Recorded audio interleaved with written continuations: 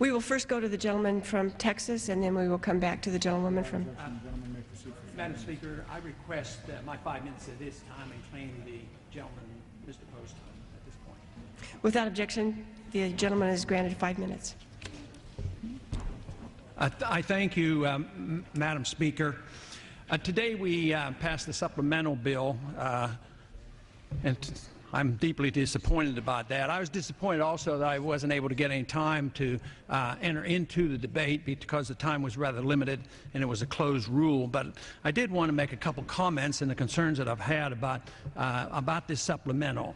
You know, when the President sent the supplemental over, it was $84.9 billion, and there were some of us that were hoping that we wouldn't be funding the war through supplementals, but it looks like that hasn't changed. That process would continue, even though there were some that believe there would be a change in the way we funded these wars.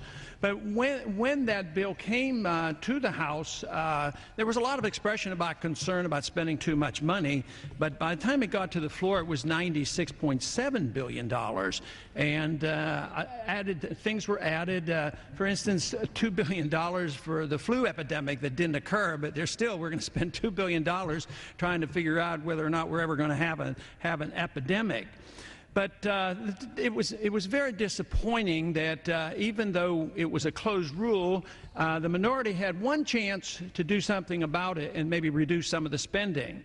But lo and behold, when that amendment was offered, it was offered to increase the spending by $2.9 billion. But there was a lot of expression of the outcry about this spending and the deficits we have, and the deficits are exploding, and the Social Security, Medicare, and Medicaid are underfunded, and we're in the midst of a crisis, but it doesn't seem to bother anybody about spending. But the truth is, the Treasury's bare. The Treasury's empty, and yet we continue to spend all this money. So where do they think they're going to get this money?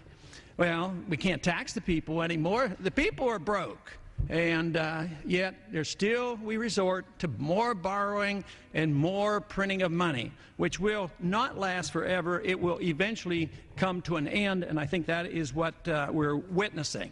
But this process, it bothers me a whole lot that we come to the floor with these supplementals, we rush them through, we talk about this excessive spending, and lo and behold, when we finally vote, we get a total of 60 people who would say, you know, enough is enough.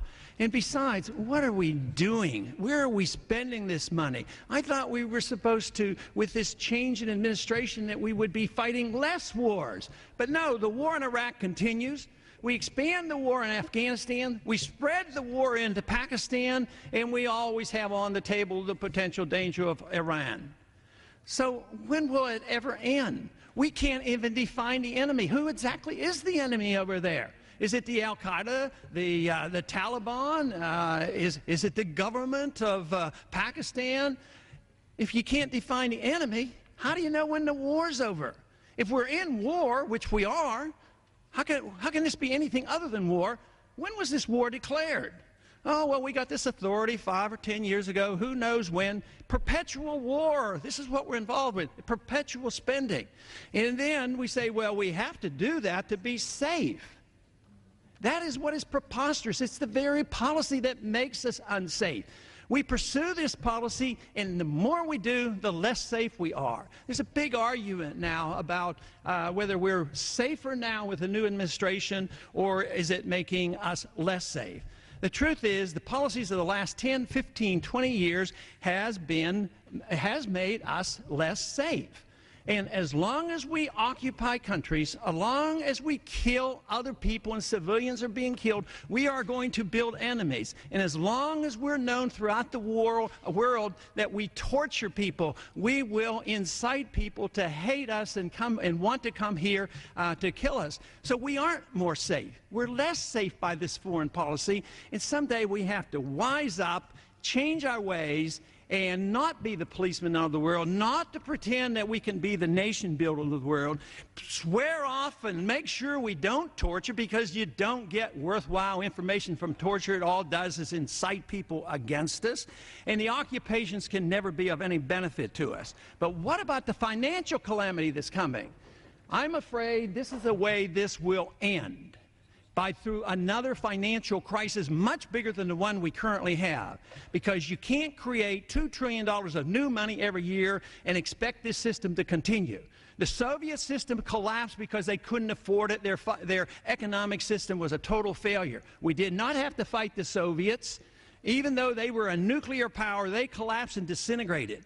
And that is what we have to be concerned about, because we cannot continue to finance this system and pursue a policy which endangers us. So if we care about the American people and care about our liberties and care about our Constitution, we ought to look seriously at our foreign policy and not continue to pursue these supplemental appropriations where we continue to spend money that we don't have. I yield back.